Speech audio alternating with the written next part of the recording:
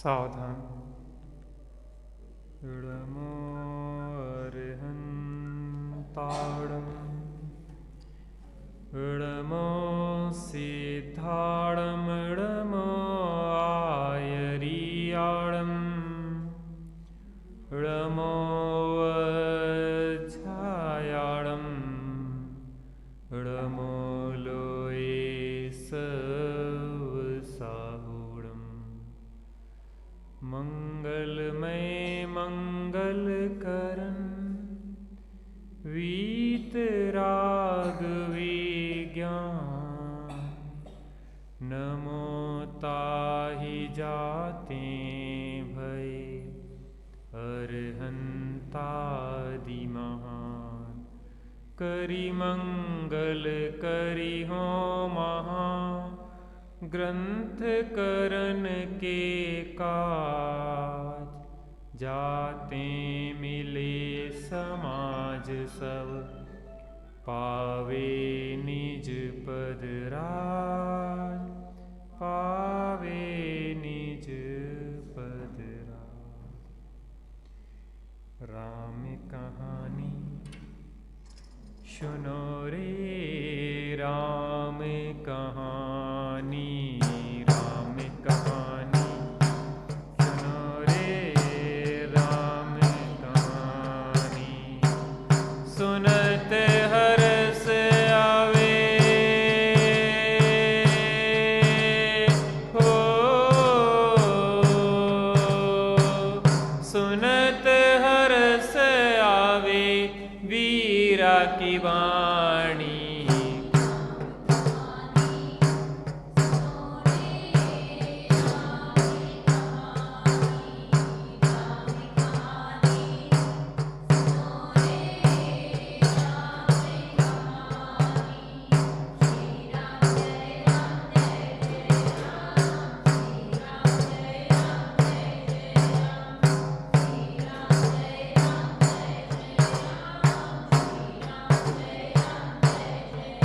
दशरथ के राज दुलारे कौशल्या की आंख के तारे।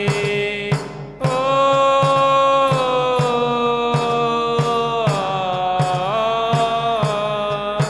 दशरथ के राज दुलारे कौशल्या की आंख के तारे। वे सूर्यवंश के सूरज वे रघुकुल के उजियारे। रवि सेन गुरुवर बोले हो रवि सेन गुरुवर बोले अमृतमयी वाणी।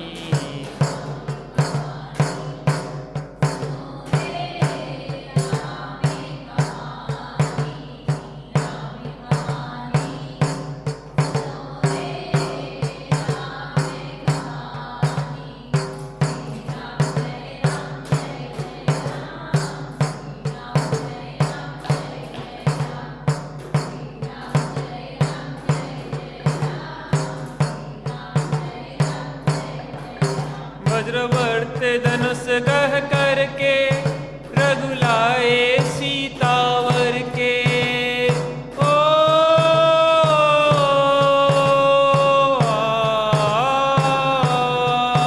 वज्रवर्त धनुष कह करके रघुलाए सीतावर के। घर त्याग हुए बनवासी पितु की आज्ञा सिर धर के।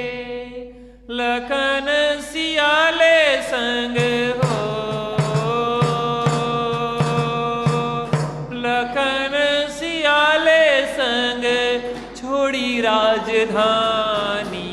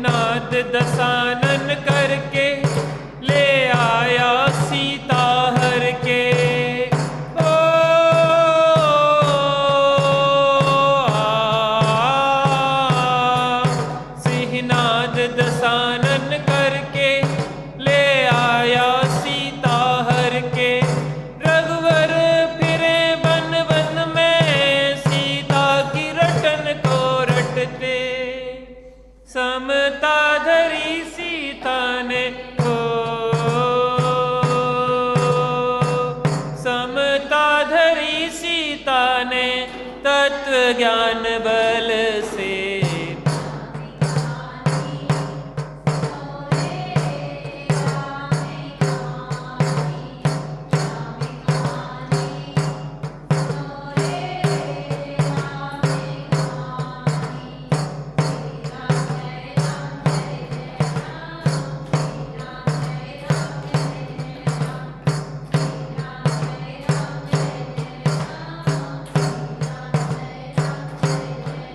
श्री राम ने हनु पठायो, हनु राम दूत बन आयो। ओ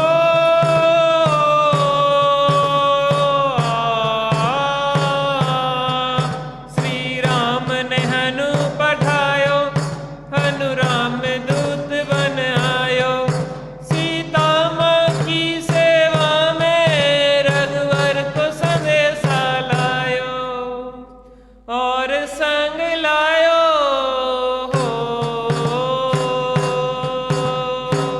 और संग लायो रघु मुद्रिका निशानी।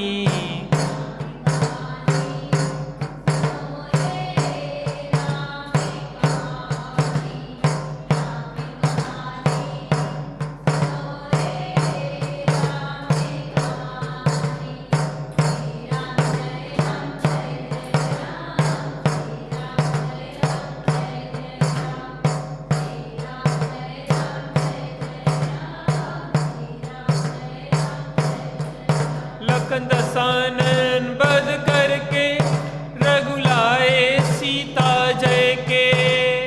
ओ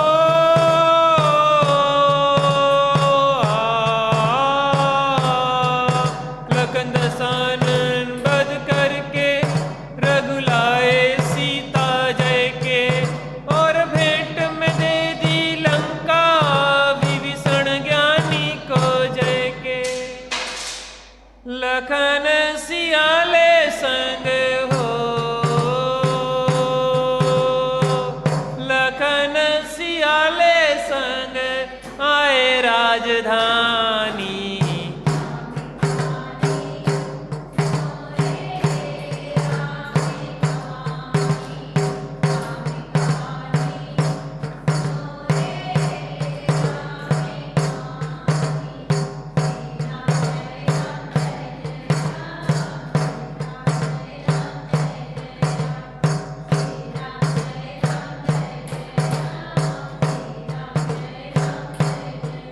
कर्मों ने खेल दिखायो, तब राम ने वन भिजवायो। ओ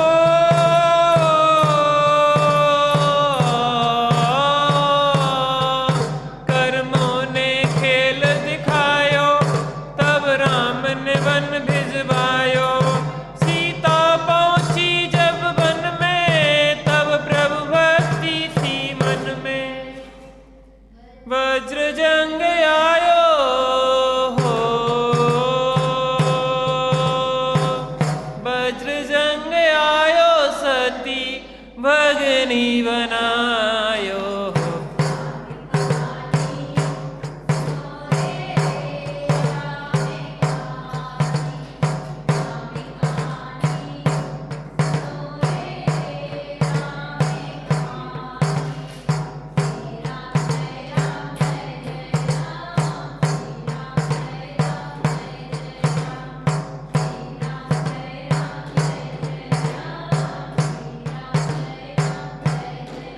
बोलो बीतराग श्री रामचंद्र की।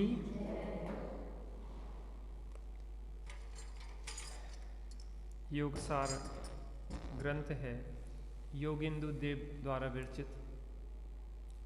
उसकी 40वीं गाथा है। उसमें आया है, सुसमाधि अर्चन मित्रता, कलह एवं वंचना, हम करें किसके साथ किसकी, हैं सभी जब आत्मा। सुसमाधि अर्चना मित्रता, किसके साथ हम समाधि अर्थात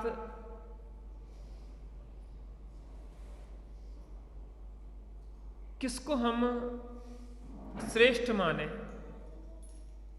किसकी अर्चना करें और किससे मित्रता करें। सुसमाधि अर्चन मित्रता कलह एवं वंचना, हम किसके साथ कलह करें और किससे लड़ाई झगड़ा करें, क्यों नहीं करें। मित्रता और शत्रुता हैं सभी जब आत्मा। जब हम आत्म दृष्टि से देखते हैं तो ना कोई मित्र दिखाई देता है जिससे हम प्रेम और प्रीति करें, और ना कोई शत्रु दिखाई देता है कि जिससे हम वंचना लड़ाई झगड़ा करें। प्रीति होती है मित्रों के प्रति, लड़ाई झगड़ा होता है शत्रुओं के प्रति। लेकिन आत्मा की दृष्टि से देखा जाता है तो ना वो मित्र है ना शत्रु है, आत्मा तो। दूसरी बात, अभी जिसे हम शत्रु देख रहे हैं थोड़ी देर में वह मित्र होता हुआ दिखाई देता है। जिसे हम अभी मित्र देख रहे हैं थोड़ी देर में वह शत्रु होता हुआ दिखाई देता है। तो किस पे हम यह मोहर लगा सकते हैं कि ये शत्रु ही है और ये मित्र ही है। नीतिकार कहते हैं कि शत्रुओं से भी ऐसे अपशब्द ना बोलो कि जब वह मित्र बन जाए तो आपको खेद हो, क्योंकि आज जो शत्रु है कल वह मित्र बन सकता है।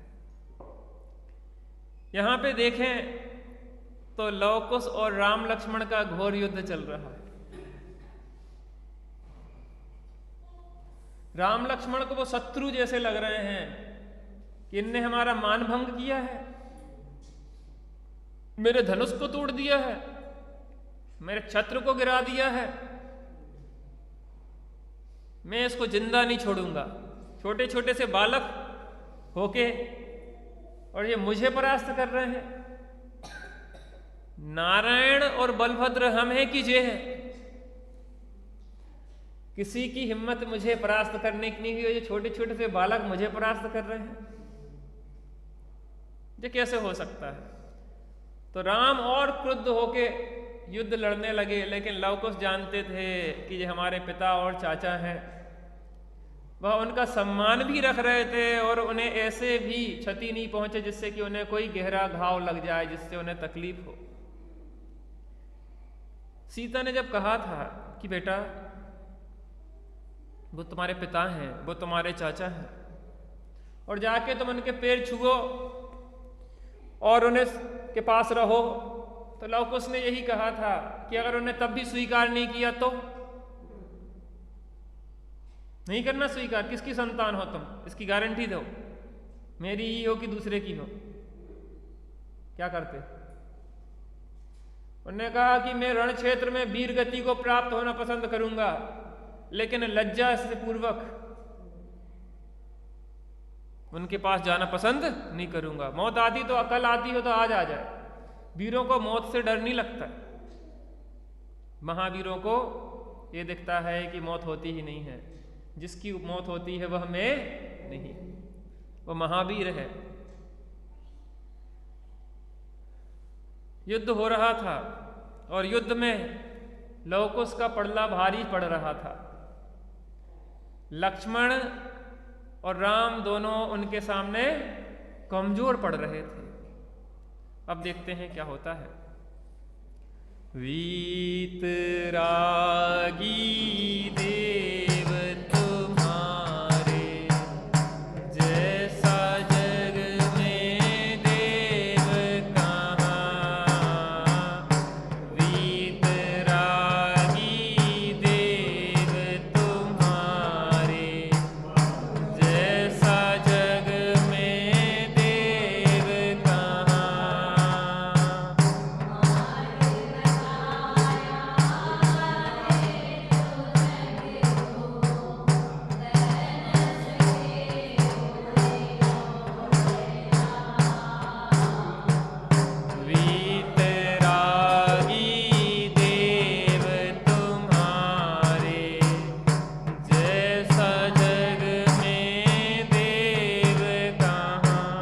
क्रमांक 255 छंद क्रमांक 56 नहीं जानते राम और हरि, यह है अपना ही परिवार, शत्रु समझ कर उन पुत्रों पर करते दोनों तीव्र प्रहार, किंतु हमारे गुरुजन हैं, इस प्रकार था उनको ज्ञान, रहे चलाते शस्त्र इसी से, रहे सुरक्षित उनका मान। राम और लक्ष्मण तो नहीं जानते थे कि ये हमारे कौन है, परिवारी जन हैं। राम नहीं जानते थे कि ये हमारी ही संतान है। बेटा ध्यान यहां पे दो। पता जिनवाणी का अवर्णवाद है या अपमान है जिसको कहें, अवर्णवाद तो नहीं कहेंगे। त्रिलोकी नाथ की वाणी सामने है और हम उपयोग को यहां वहां भरमाए, ये योग नहीं है। ऐसा समझो कि राष्ट्रपति सामने खड़े हों और हम चपरासी के साथ बातें करने लग जाएं, तो वो क्या योग्य होगा? इसलिए हमें इस बात का ध्यान रखना चाहिए, धर्म क्षेत्र में भगवान और हम, इसके सिवा दूसरा नहीं होना चाहिए। जिनवाणी और हम, इसके सिवा कोई दूसरा नहीं होना चाहिए। गुरुओं के पास है तो गुरु और हम, हर एक के लिए दो ही व्यक्ति हैं, एक सामने जो वक्ता है वो और दूसरा हम। इस जगह पे और कोई नहीं है, ऐसे बैठे हम, यहां और कोई नहीं है, जिससे उपयोग यहां वहां नहीं भटके। पूरी एकाग्रता से देखो, दो काम एक से नहीं होते, नाचते भी जाओ और भोजन भी करते जाओ। हो सकता है? झूला आता ना हिडोला, और हिडोले में बैठे बैठे भोजन भी करते रहो, हो सकता है? झूला आता ना घूमता हुआ, भोजन कर सकते उसमें बैठ? नहीं कर सकते। ऐसे ही जिनवाणी के सामने कोई दूसरा काम नहीं, बस हम और हमारी माता।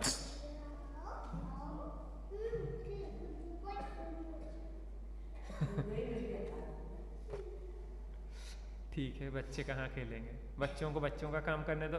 बड़े डिस्टर्ब, देखो एक चीज का ध्यान रखना, ये बच्चा किसी से डिस्टर्ब नहीं होगा, इसकी एकाग्रता अपनी धुन में कितनी है, और हम सब, इसलिए हम देखते हैं कौन जीतता है, वो बच्चा जीतता है कि हम जीतते हैं।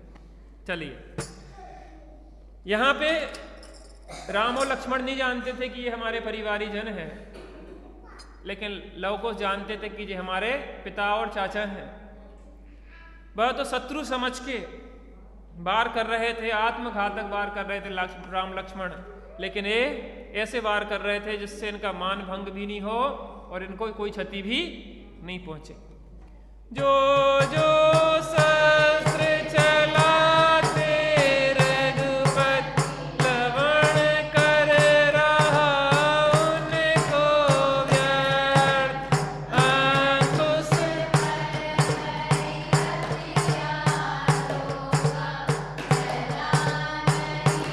कुछ भी सामर्थ, तब वे दोनों लगे सोचने, हे बलवान विपक्षी वृंद, समर भूमि में उतर पड़े हैं, मानो स्वर्ग धरा से। पहले तो ये समझ रहे थे ये बच्चे हैं छोटे छोटे, हमारे सामने ये कहाँ टिकेंगे, लेकिन जब सामने आए तब समझ में आया कि ये वास्तव में महापराक्रमी और बलवान है।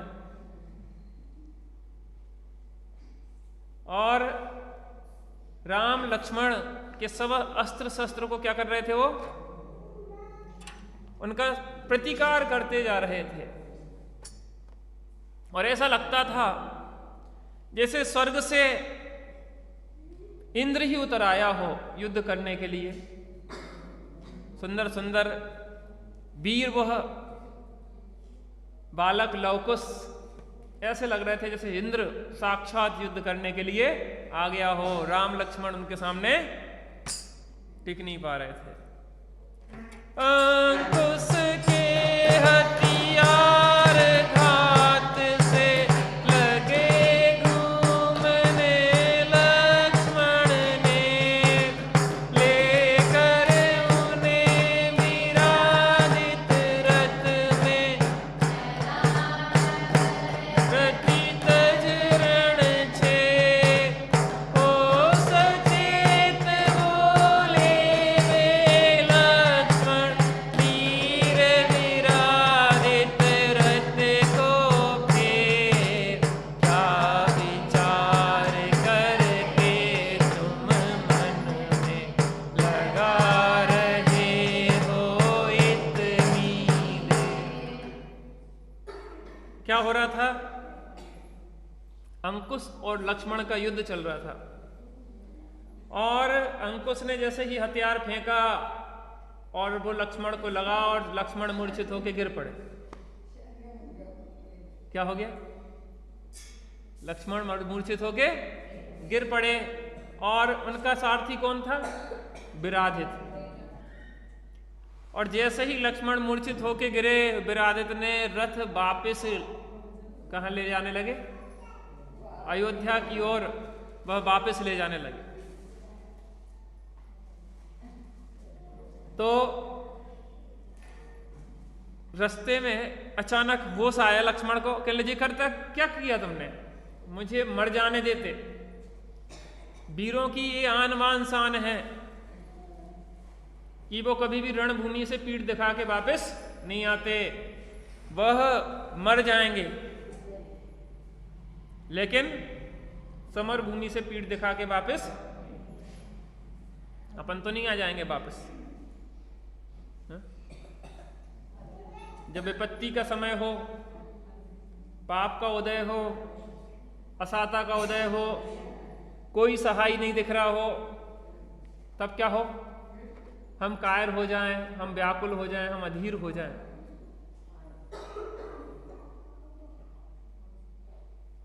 देखो परीक्षा में बैठोगे तो पेपर भी आएगा। सब प्रकार की स्थितियां बदल सकती है हम सबके साथ। जंगल में अकेले भी 3000 वर्ष तक भटकना पड़ सके। कौन भटका था? सीता की तरह जंगल में भटकना पड़ सके गर्भवती होके। कौन भटका था? सीता भटकी। चंदन वाला की तरह हमें भी चौराहे पे नीलाम होना पड़े, हथकड़ी बेड़ियां डल के हम कारागृह में डले हों।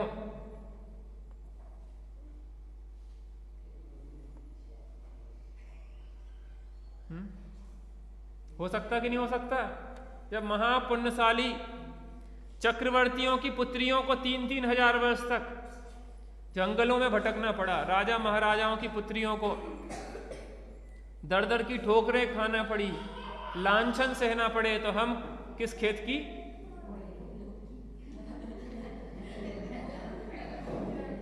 किस खेत की? लौकी हैं हम। मूली का नाम नहीं लेते, वो गणंत है। अशुद्ध चीजों का नाम क्यों लो? इसलिए उदय को कोई नहीं टाल सकता। इसलिए कहते हैं कि तत्व ज्ञान,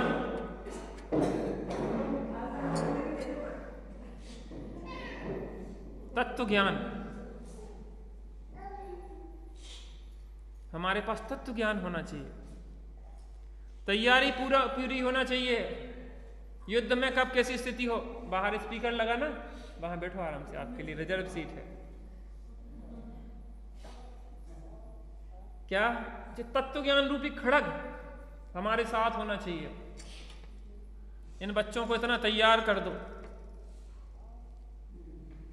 युद्ध हो ना हो, पूरी ड्यूटी, पूरा जीवन मिलिट्री के जवान का बैठे बैठे निकल जाए तो भी तैयारी पूरी करना पड़ती है।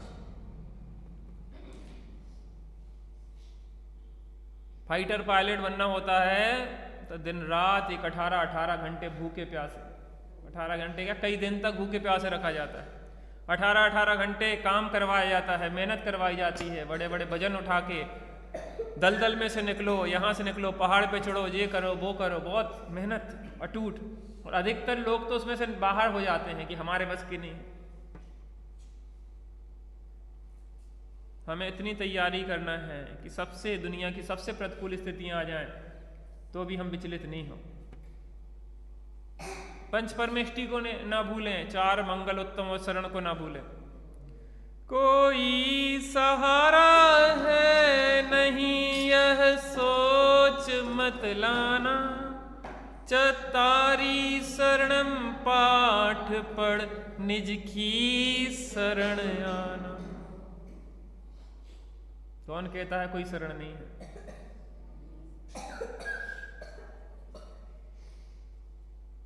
कौन थी जिनके पति को कुष्ठ हो गया था? मैना सुंदरी। मैना सुंदरी को कोई शरण था कि नहीं था? कौन था?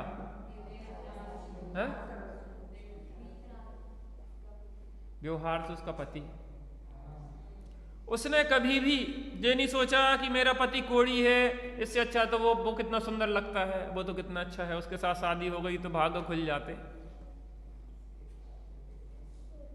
ये कुशील का भाव है। अगर अपनी कोई स्त्री अपने पति को नीचा देखे और दूसरे पर पुरुष की प्रशंसा करती है, वो कुशीलवान है। उसने कभी नहीं सोचा कि कहाँ गले पड़ गए,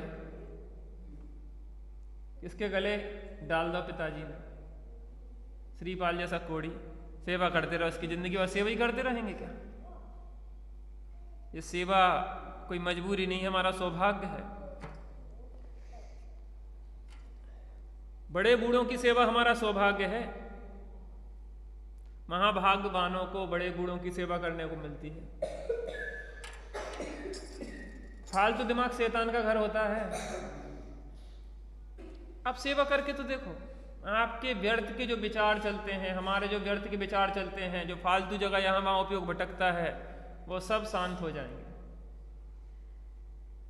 बड़े बूढ़ों के नज़दीक रहो, उनकी सेवा करो, उनकी आज्ञा के अनुसार प्रवर्तित करो, भगवान की भक्ति में लगो, पूजा में, उपासना में, स्वाध्याय में, संयम में, गुरुओं के नज़दीक रहो। देव पूजा, गुरुपास्ति, स्वाध्याय, संयम, तप, दान, ये 6 आवश्यक क्यों बताए हैं कि उपयोग एक में नहीं लगे तो दूसरे में लगा, दूसरे में नहीं लगे तो तीसरे में लगा। उपयोग चंचल है, एक में लगता नहीं है। हम बार बार कह रहे हैं, जिन पूजा से बड़ा कोई काम दूजा नहीं है। आपको हमारी बात समझ में तो आती है, लेकिन अभी अप्लाई नहीं कर पा रहे। इससे बड़ा सौभाग्य नहीं है। भगवान को एकटक देखते रहो। कितनी बड़ी तकलीफ हो, कितनी समस्या हो, एकटक मन अपने आप शांत होना शुरू हो जाए। निरखो अंग अंग जिन वर के, जिन से झलके शांति अपार।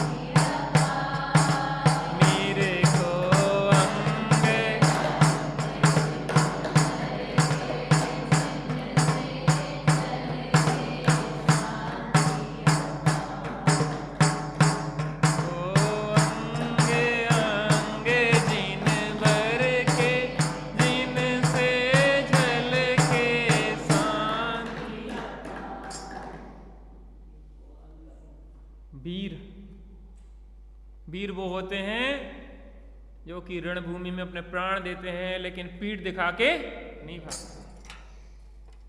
महावीर वो होते हैं कि प्राण तज देते हैं, लेकिन अपनी समता को नहीं तजते हैं, अपनी भगवंतों के प्रति भक्ति को नहीं तजते हैं, अपनी शुद्धात्मा की दृष्टि को नहीं तजते।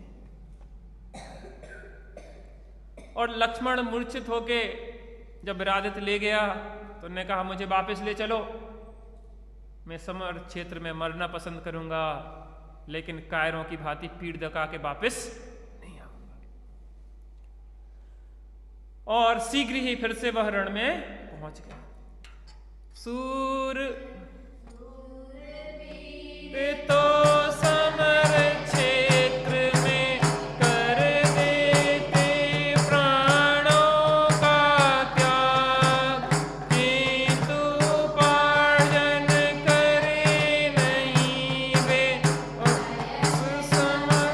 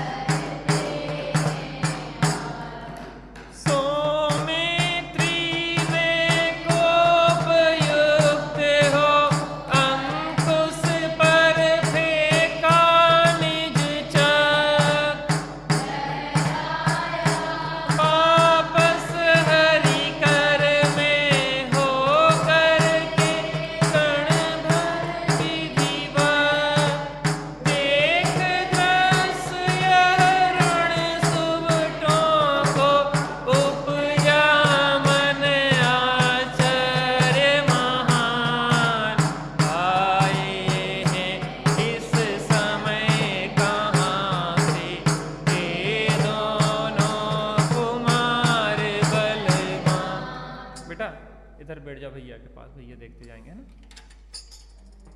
जो चक्र होता है, चक्र का एक नियोग होता है कि वह अपने परिवारी जनों पे नहीं चलता। किस पे नहीं चलता? कोई प्रसंग आपको याद आ रहा है कि जब चक्र नहीं चला था?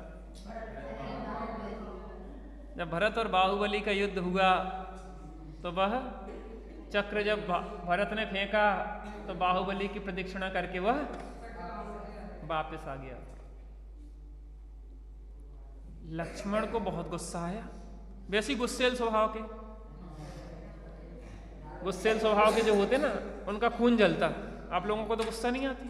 मम्मी से गुस्सा आ जाती हो, मम्मी डांट देती हो तो गुस्सा आ जाती है? नहीं आती ना? ऐसा नहीं है कि गुस्सा नहीं आती है। देखो, कसाई की जाति बदल जाती है। अविरत सम्यक दृष्टि है तो अनंतानुबंधी क्रोध नहीं आता, लेकिन अप्रत्यक्षानावरण क्रोध तो आता है। रामचंद्र जी का जो क्रोध था वो न्याय नीति के लिए था। लवकुश का जो क्रोध था वो न्याय नीति के लिए था। मैंने एक दिन चर्चा की थी प्रशस्त क्रोध और अप्रशस्त क्रोध। विष्णु कुमार मुनि का जो क्रोध था वो प्रशस्त क्रोध था। मैंने उस प्रसंग को पढ़ा था दीदी, उसमें लिखा था, मैं वो मोबाइल नहीं लिया, मैं आपको पढ़ के उसी से शब्द से सुनाता। उसमें लिखा था कि विष्णु कुमार वो मुनि अवस्था में नहीं थे उस टाइम, वो देशव्रती भी नहीं थे, वो सामान्य चौथे गुण स्थानवर्ती श्रावक थे। जिस समय ये घटना घटी तो अपने भाई के पास गए। वो क्या नाम था? भाई थे अकंपनाचार्य उनके?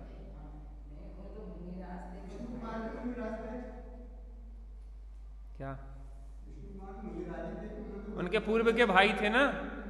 श्री वर्मा थे, कौन थे? पद्मराय। पद्मराय के पास गए थे कि तुम्हें लज्जा नहीं आती है? तुम्हारा राज्य होते हुए भी 700 मुनिराजों के ऊपर उपसर्ग हो रहा है, धिक्कार है तुम्हारे ऊपर। उन्होंने कहा मैं मजबूर हूं, मैंने 7 दिनों के लिए राज इन्हें सौंप दिया है, मेरे हाथ बंधे हैं, तुम्हारे हाथ बंधे होंगे, मेरे हाथ नहीं बंधे। इन कपटी, इन दुराचारियों को मैं सबक सिखाऊंगा।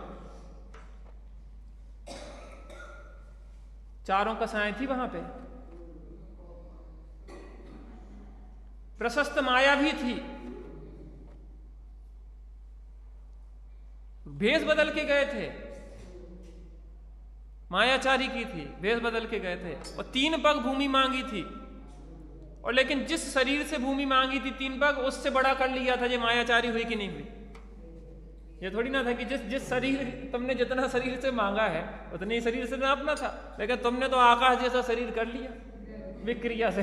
आकाश में ऐसा बिल्कुल, पता कितना बड़ा शरीर हुआ होगा, कितना बड़ा शरीर हुआ होगा, पता इतना बड़ा शरीर हुआ होगा कि 2.5 दीप में 2 पैर, एक सुमेरु पर्वत पे और एक मानसोत्तर पर्वत पे रख गया हो। आप विचार करो कि कितना बड़ा शरीर होगा उनका। और जैसे ही शरीर विक्रिया से फैलाया, बड़ा किया, देवगण पूरे आ गए, हाहाकार मच गया पूरे में, इंद्र का आसन कंपायमान हो गया, देवगण हाथ जोड़ के खड़े हो गए, स्वामी शांत हो, शांत हो, शांत हो, अपने क्रोध को शमित करो, नहीं तो प्रलय आ जाएगा, प्रलय आ जाएगा। हाथ जोड़ के खड़े हो गए सब। और एक पैर कहां रखा? सुमेरु पर, दूसरा मानसोत्तर पे। उन्होंने कहा था 3 पग भूमि मांगी है, तीसरा पग मैं तेरे ऊपर रखता हूं बाली।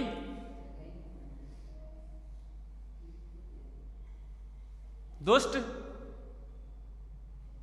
कौन सा दुष्कृत्य कर रहा है 700 मुनिराज, सबके हित सबको सुखदानी, जो किसी का बुरा नहीं चाहते, और तू दुष्ट, तुझे मैं अभी प्राण रहित कर दूंगा, तेरी छाती पे रखूंगा ये तीसरा पैर। तब वो चरणों में गिरा, क्षमा मांगी, और तब जाके उनका कोप शांत हुआ, उनने अपनी विक्रिया को समेटा। पता हम इन विषयों पे क्यों चर्चा करते हैं? इन विषयों का हमें जब तक सही से ज्ञान नहीं होगा ना, तो हम बहुत कंफ्यूजन में रहेंगे। यहाँ नहीं, हम जब भी पुराण पढ़ेंगे, प्रथमानुयोग का अध्ययन करेंगे, तब तक दिमाग में लगेगा कि ये कैसा कर रहा है, ये कैसा हो रहा है। हमें स्वच्छंदता के लिए नहीं समझना, जे उस पर नहीं बैठालते बेटा, स्वच्छंदता के लिए नहीं बात कर रहे, हमें हर भूमिका का बराबर ज्ञान होना चाहिए। अरे सम्यक दृष्टि को कृष्ण लेस्य हो जाती है, मर जाएगा, मार डालेगा, शहर के शहर नष्ट कर देगा। लंका को नष्ट ही तो कर दिया रामचंद्र जी ने। 1 लाख पूत 1.25 लाख नाती, ता रावण घर दिया न बाती। जे नेत्रों में जे आती कहावत कि 1 लाख पुत्र थे और 1.25 लाख नाती थे, जिस रावण के घर दिया और बाती रखने वाला भी कोई नहीं बचा।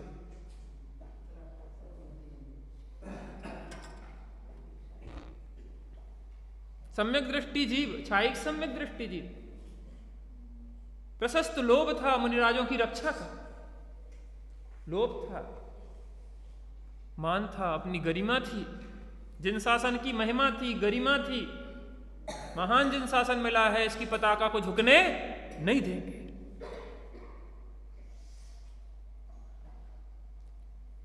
जब मुनिराजों की रक्षा हुई तो हास्य भी उत्पन्न हुआ, प्रसन्नता भी हुई, रति भी हुई। अरे पूरी 13 कसाएं है ना, अनंतानबंदी संबंधी तो गई, अप्रत्यख्यान प्रत्यख्यान संजुलन संबंधी है। लेकिन इसको ध्यान से सुनना, वो किसी भी कसाय को भला नहीं जानता, और जो भला जानता है वो सम्यक दृष्टि होता नहीं। अरे राग आग है, कसाय आत्मा को जलाती है, आत्मा को कसती है। कोई भी कसाय को थोड़ी सी भी कसाय को अगर भला माने तो वो सम्यक दृष्टि नहीं है, वो छलिया है। कसाय तो कसाय है, चाहे वो संजुलन हो, वो थोड़ी सी मोमबत्ती की आग हो, चाहे टाटा स्टील की भट्टी, आग तो आग है और जलाती है। यह राग आग दहे यह राग आग दहे सदा ताते सईमामृत से। मैं ये पूछ रहा हूं, विष्णु कुमार मुनिराज ने अपने मुनि पद को छोड़ा, मुनि पद को छोड़ के एक सामान्य श्रावक का वेश धारण किया। पता ऐसा लगता है कोई पहाड़ से जमीन पे गिर गया हो, जहां 3 कसाय के अभाव रूप प्रचुर स्वसंवेदन चलता हो क्षण क्षण में। वो वात्सल्य के नाम पे प्रसिद्ध है, लेकिन भारले जी ने जो कथा लिखी ना, वहां विचार करना उसमें। उनने फिर प्रायश्चित लिया था। वो दोष था। देखने के दृष्टिकोण है, हमें हर चीज को देखने के दृष्टिकोण लेना पड़ेंगे। देखो, वक्ता के अभिप्राय को नय कहते हैं। क्या कहते हैं? वक्ता के अभिप्राय को नय कहते हैं। वक्ता किस दृष्टिकोण से कौन बात कह रहा है उसको समझो। जब वात्सल अंग की चर्चा आएगी तो विष्णु कुमार का नाम आएगा। वात्सल अंग में कौन प्रसिद्ध होगा? विष्णु कुमार। तो वात्सल अंग के दृष्टिकोण से जब वक्ता कहेगा तो विष्णु कुमार का वात्सल के अंग में श्रेष्ठता बताएगा। और जब प्रशस्त क्रोध की बात होगी तो प्रशस्त क्रोध में के दृष्टिकोण से देखेंगे तो प्रशस्त क्रोध की बात करेंगे। जब प्रशस्त मान के दृष्टिकोण से देखेंगे तो प्रशस्त मान था। प्रशस्त माया के दृष्टिकोण से देखेंगे तो प्रशस्त माया थी। और प्रशस्त लोक के दृष्टिकोण से देखेंगे तो प्रशस्त लोक था। आप उस प्रसंग को याद करो। चारू, वो बकरा बन गया था। चारू कीर्ति नहीं, चारू कीर्ति क्या नाम था उसका? चारुदत्त। चारुदत्त को कसाई पकड़ के ले जा रहा था। और वो चारुदत्त पूर्व भाव में जिस सेठ था ना, उसकी दुकान पर उसका लड़का बैठा था। बार बार वो घुस रहा था उसमें दुकान में। वो डंडा मार मार के भगा रहा था। मुनिराज हंस गए। उसने विचार किया उनके लड़का ने कि मुनिराज तो हंसते नहीं है ऐसे, इन्हें हंसी आई तो कुछ ना कुछ रहस्य होगा। शीघ्र भागता हुआ मुनिराज के पास पहुंचा कि मुनि भगवंत, आपको हंसी क्यों आई? मुझे संसार की विचित्रता को देख के हंसी आई कि जे बैठ के दुकान पे, इसी दुकान पे मायाचारी करता था और कर्म बंद के कारण बकरा बना, और आज कसाई लेके जा रहा है इसे काटने और तू इसको डंडा मार के भगा रहा है। ये वही दुकान है जिसपे बैठ के मायाचारी करी। मुनिराज को हास्य, लेकिन वो अपने जैसा नहीं था, वो संजुलन हास्य था। आप लोग भावदीप का ग्रंथ पढ़ना कभी, बहुत कॉन्सेप्ट क्लियर होंगे, बहुत कॉन्सेप्ट। त्यागी जी ने भोपाल में 2-3 साल चला, अभी भी पूरा नहीं भावदीप का। बहुत गजब गजब प्रसंग है, माने कि दृष्टिकोण एकदम क्लियर होता जाएगा कॉन्सेप्ट। पहले हमें भी बहुत कंफ्यूजन होता था। ज्ञानियों को कथा होनी नहीं चाहिए, ज्ञानी तो पाप छूट ही जाते हैं, लेकिन भाई साहब किस गुण स्थान में कौन से पाप जाते हैं, किस गुण स्थान में कौन सी कसाई जाती है, किस भूमिका में क्या क्या हो सकता है, उसमें एक चारों का दिया उसमें बिल्कुल बहुत स्पष्ट। 6 लेस्यों पे घटाया, चारों कसाए, अवरत सम्यक दृष्टि की क्या स्थिति है, देश वृत्ति की क्या स्थिति है, पंचम गुण स्थान वृत्ति की क्या स्थिति है, मुनिराज की क्या स्थिति है। तब से हमारा कॉन्सेप्ट बहुत क्लियर हुआ है। नहीं तो पहले भी हमें भी कंफ्यूजन रहता था कि ज्ञानी ऐसा कैसे कर सकते हैं, ज्ञानी को तो गुस्सा आना ही नहीं चाहिए। हम पे भी तो कटाक्ष करते लोग कि तुम धर्मात्मा, तुम्हें गुस्सा होता हो। तो हमें अनंतानंदी गुस्सा ना आए, लेकिन अप्रत्यख्यान तो आएगा। भले हमारा उसका पोषण नहीं है, लेकिन आपको गुस्सा आता कि नहीं आता? नहीं आना चाहिए। आप स्वाध्याय में बैठती हैं, आपको गुस्सा क्यों आता? बच्चा कहाँ गया? बच्चा चला गया। मम्मी उसको डांटती भी होगी, वो मारती भी होगी। तो कैसी मम्मी? मान लो मम्मी सम्यक दृष्टि है, तो भी क्या सम्यक दृष्टि माँ नहीं मारेगी, नहीं डांटेगी? सम्यक दृष्टि सास क्या बहू को नहीं डांटेगी, नहीं समझाएगी? सम्यक दृष्टि बहू की लड़ाई सास से नहीं हो सकती क्या? हो सकती, न्याय के लिए हो भी सकती है। क्यों? एकांश। तुम्हारी मम्मी तुम्हें डांटती तो नहीं है? मम्मी डांटती तो नहीं है तुम्हें? डांटती थोड़ा थोड़ा डांटती। आप स्वाध्याय में आती हैं, आप थोड़ा थोड़ा क्यों डांटती? कभी मारती है कि नहीं मारती? थोड़ा थोड़ा मारती। ये बच्चा में इतना गजब लगता है, इतना गजब लगता है, इसकी क्वालिटी हटके है सबसे। यानी कि लोगों को सीधा सच्चा सपाट है इसका जो भी काम है, इसके अंदर कोई बदमाशी नहीं है। एक प्रकार की बदमाशी तो बच्चों में कोई में नहीं होती, लेकिन इसकी क्वालिटी कुछ विशेष है। इसके उत्तर सुनते ना तो बड़ा उसको मजा आता है उससे बात करने में। तत्काल नहीं देता, जो विचार करके देता, थोड़ा विचार करेगा। बच्चे मन के सच्चे, सारी जग की आंख के तारे, ये नन्हे मुन्ने फूल हैं जो भगवान को लगते प्यारे। बच्चे मन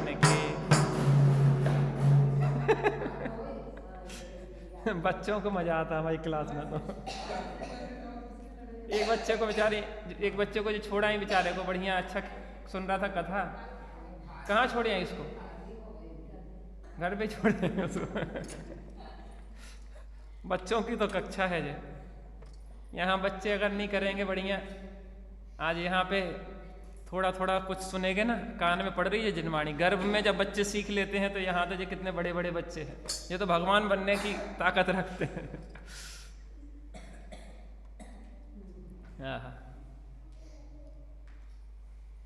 तो यहाँ पे क्या हुआ कि चक्र, लक्ष्मण को गुस्सा आ गई, इसने मेरे साथ मुझे मूर्छित कर दिया, मैं इसको जिंदा नहीं छोड़ूंगा। और चक्र जैसे ही हाथ में आए सब घबरा गए, अब तो बचना मुश्किल है।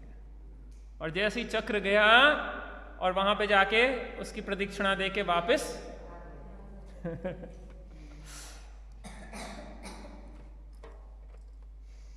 सौमित्री ने कोप युक्त हो अंकुश पर फेंका निज चक्र, वह आया वापस हरि कर में हो करके क्षण भर विधि वक्र। वो सबके नहीं आता, वो परिवार कुटुंब के लोग हैं उन पे नहीं चलता। ये उसकी विशिष्टता है कि कोई भी परिवार का होगा उस पे वह चक्र नहीं चलेगा। घर के ही लोगों को मारेगा क्या वो? देखो इससे एक चीज और सिद्ध हुई, सीता की निर्दोषता के बारे में सोचें। ये बच्चे सीता के ही थे, रामचंद्र जी के ही थे, अगर किसी के और के होते तो चक्र चल जाता। अच्छा, ये दृष्टिकोण भी तो एक है, क्योंकि वो परिवार के लोगों पे नहीं चलता है। और सती अगर सीता अगर कहीं ना कहीं व्यभिचारिणी होती या कोई गलत कार्य करती तो वह इन पुत्रों पे चले जाना चाहिए था, लेकिन वो अगर उसके वापस आ गया है, उन पे नहीं चला है, तो ये किसके पुत्र हैं? रामचंद्र जी के। ये भी सिद्ध हो गए। तभी तो लवकुश ने कहा था कि हम वीर गति को प्राप्त होना पसंद करेंगे, लेकिन दीनता के साथ रामचंद्र जी के पास नहीं जाएंगे, वो अपराधी हैं। भले हमारे पिता क्यों नहीं हो, लेकिन माता तुम्हें उन्होंने बहुत रुलाया है, तुम्हें उन्होंने बहुत कष्ट दिया है। वो दुनिया की नजरों में अच्छा दिखना चाहते हैं, लेकिन न्याय करना नहीं जानते हैं। वो रामचंद्र जी की जो न्याय योग्य नहीं था।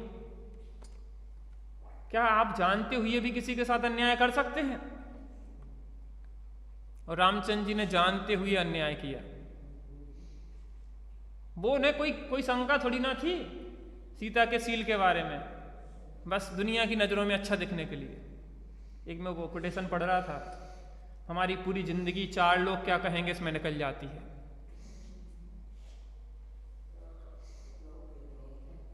हमारी सारी जिंदगी 4 लोग क्या कहेंगे इसमें निकल जाती है, लेकिन वो 4 लोग अंत में कहते राम नाम।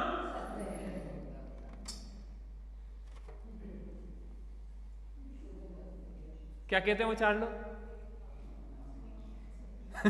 लोग क्या कहेंगे, लोग क्या कहेंगे, 4 लोग क्या कहेंगे, 4 लोग क्या कहेंगे, 4 लोग क्या कहेंगे। पूरी जिंदगी काय में निकल जाती हमारी, 4 लोग क्या कहेंगे। 4 लोग अंत में क्या कहते चाचा? राम नाम सत्य। इसके लिए जिंदगी भर हम अपने को गला घोंटते रहे, हम इसलिए जीते रहे। दुनिया कहेगी, लोग क्या कहेंगे, लोग क्या कहेंगे, लोग क्या कहेंगे। और रामचंद्र जी ने क्यों किया ये कार्य? लोग क्या कहेंगे।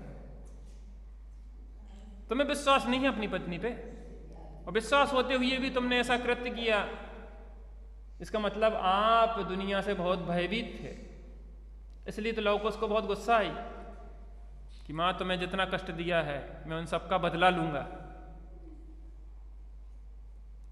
ये स्वाभिमान है, ऐसी वैसी बात नहीं है। हम दीनता के साथ पिता के पास नहीं जाना चाहते हैं, हम जाएंगे स्वाभिमान के साथ। क्या के साथ जाएंगे? स्वाभिमान के साथ। बहुत रहस्य होते हैं इन चीजों के अंदर। तुम लोग लड़ने नहीं चले जाना पिताजी से। ये भी दृष्टिकोण है। भारत जी ने पश्चाताप लिखा, राम के मन का पश्चाताप, कहें सीता का सती सीता का यह आताप। यहाँ पर चौथा पुस्तक है, उसको भी लेना है विषय के अंतर्गत, तो वो हमें दे देना है ना। अभी जब सती सीता आएंगी और जब अग्नि परीक्षा होगी, अग्नि परीक्षा के बाद निर्दोष सिद्ध होंगी और सती सीता जंगल की ओर जाने लग जाएंगी और लव कुश रोते हुए माँ से लिपट जाएंगे। रामचंद्र जी की आंखों में आंसू होंगे और फिर अंदर से रामचंद्र जी के अंदर पश्चाताप की धारा बहेगी। तब अपन पढ़ेंगे उस पश्चाताप को।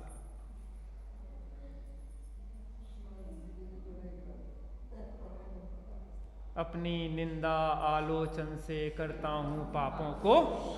वो निंदा आलोचना है उनकी। जब महापुरुषों की रीति है, गलती हो जाती है तो गलती का सुधार भी करते हैं। उन्होंने सुधार किया उस गलती का, दोनते नहीं रहे हम तो ठीक किया, ऐसा नहीं, अंदर में खेद तो था ना।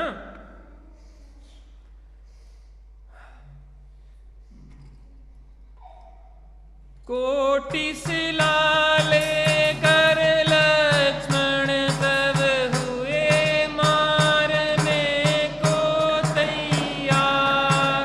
नारद ने कहा वहाँ यह है तेरा सीता के वीर पुत्र हैं, चले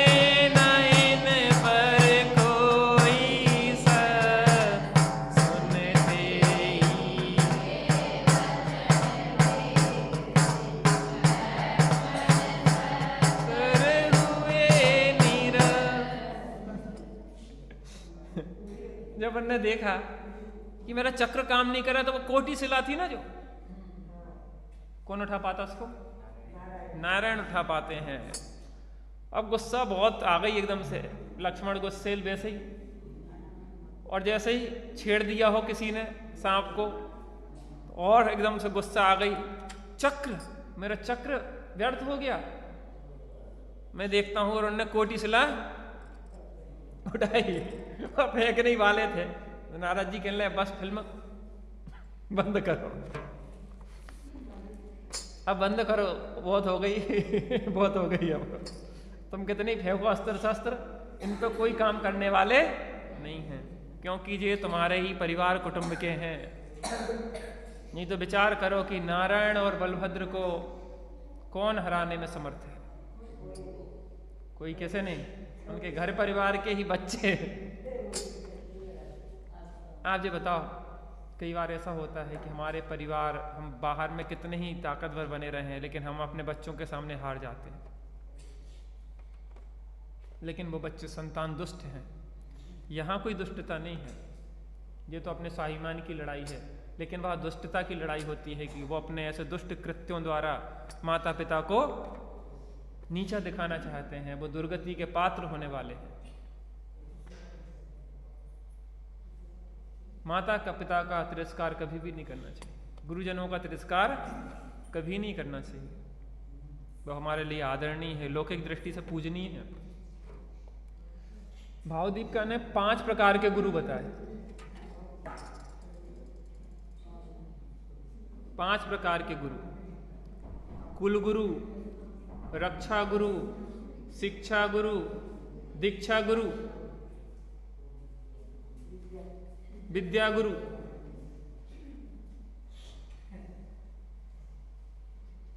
माता पिता हमारे कुल गुरु हैं, दादा दादी हमारे कुल गुरु हैं, चाचा चाची हमारे कुल गुरु हैं, मामा मामी ताता ताई ताता जो भी चाचा चाची जो भी हैं कुल गुरु हैं। पता जी, हर क्षण हमें सिखाते हैं कि बेटा ऐसा करो, ऐसा नहीं करो, ऐसा करो, ऐसा नहीं करो। हमारे जीवन में इन सभी का योगदान होता है। क्या आज हम जिस स्थिति में खड़े हैं, हमें बचपन से इनने छोटी छोटी बातें सिखाई कि नहीं सिखाई? हमारे परिवार के लोगों ने, जो भी लोग थे, उन सब का हमारे ऊपर उपकार है जो हम आज यहाँ बैठे हैं। तुम्हें बनाने में कितने सारे लोगों का योगदान है तुम्हें पता नहीं है। हमें बनाने में कितने सारे लोगों का योगदान है हमें पता नहीं है। हमारे एक छोटी चीज चींटी मारने का प्रयास कर रहे थे तो परिवार के लोगों ने रोक दिया, नहीं अपन जैन हैं, अपन दूसरों की हिंसा नहीं करते। मुझे याद है मैंने जीवन में एक बार चोरी की। छोटे वो पियानो सा आता ना, ऐसा बजाया जाता, छोटा सा चाइनीज चलता था, आज से 20-25 साल होगा, ज़्यादा होगा मुझे पता, इतना छोटा सा था। एक हमारे यहाँ रिश्तेदार आए और उनका वो बहुत प्यारा सा लगा मुझे, मैंने उसको चुपचाप चुरा लिया। अब क्या हुआ कि उस उठा तो लिया लेकिन मम्मी ने देख लिया, मम्मी की पिटाई घली फिर हमने, तो मुझे वापस करना पड़ा। उस दिन के बाद मैंने चोरी नहीं की। क्यों? क्योंकि मुझे बता दिया मेरी माँ ने कि चोरी करना दुख का कारण, बुरा कार। पाप की परिभाषा क्या है? पाप किसे कहते हैं? चोरी करना अच्छा है कि बुरा है? दुख का कारण है कि सुख का कारण है?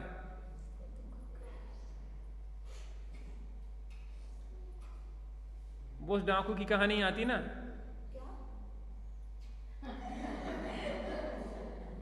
डाकू की कहानी सुने तुमने? डाकू की, जिसको फांसी लग रही थी, उसे पूछी कि अंतिम इच्छा क्या है? कहने मुझे मेरी माँ से बात करना है। उसने क्या किया? माँ को बुलाया, माँ ने कटघरे में अंदर कान किया, उसका कान काट दिया मुँह से। क्यों? कहले माँ मुझे डाकू बनाने में तुम्हारा ही योगदान है। पहले दिन जब मैं पेंसिल चुरा के लाया था, उस दिन तुम अगर शाबाशी ना देती और 2 गाल में चांटा मारती। माता, उस दिन अगर आप शाबाशी ना देती और 2 गाल में चांटा मारती तो आज मैं डाकू नहीं, आज मैं एक महान व्यक्तित्व होता। हमने कई लोगों को देखा गलत बात का भी पोषण करेंगे। बच्चा गलती करके आएगा, डांटेंगे दूसरे पे, तो ऐसे ही ये नहीं देखेंगे कि हमारे बच्चे की गलती है। ऐसी गलतियों को छुपा छुपा के हम बच्चों का हित नहीं करते, अहित करते हैं। वो फिर गलत बातों पे अड़ने लग जाते हैं और एक दिन हमारे साथ ही गलत करते हैं। हमें बचपन से गलत और सही को सही बोलना चाहिए। अगर तुम्हारी गलती है तो तुम में डांट करना चाहिए, दूसरे की गलती है तो उसको समझाना चाहिए, लेकिन पोषण नहीं होना चाहिए गलती। तो जैसे ही कोटिशिला उठाई और नारद ने समझाया, भैया बस रहने दो, इस सब की जड़ हम ही हैं। हमने जो सब खेल रचा था, अब कहानी दी एंड होने दो, यहाँ पे युद्ध की आगे की होने दो जी। वास्तव में आपके ही भतीजे हैं, इनसे तो कोई नहीं जीतेगा, ना आप जीतेंगे ना आप, लड़ाई ऐसी चलती रहेगी। इसलिए शांत हो, कोप शांत करो, और ये भतीजे आपके ही हैं। और जैसे ही नारद ने कहा कि सीता के पुत्र हैं, इन पे कोई शस्त्र काम नहीं करेगा, तैसे ही लक्ष्मण ने सब शस्त्रों को फेंक दिया और शस्त्र विहीन होकर राम लक्ष्मण और कवच आदि को फेंक के काय के लिए चले गए? काय के लिए? मिलन के लिए। अब मिलन कैसा होता है? वर्षों बाद मिलन हुआ है। शकल देखी इन लोगों ने कि नहीं इनकी? पहले गर्भ में ही थे, शकल कहां से दिखते? और पता शादियां हो चुकी थी इन सबकी। इसका मतलब जो समझ लो कि 25-30 साल तो कम से कम हो ही गए, इतने वर्ष। हैं? शादी हो गई थी, इतना समय निकल गया। आत्म राम आत्म राम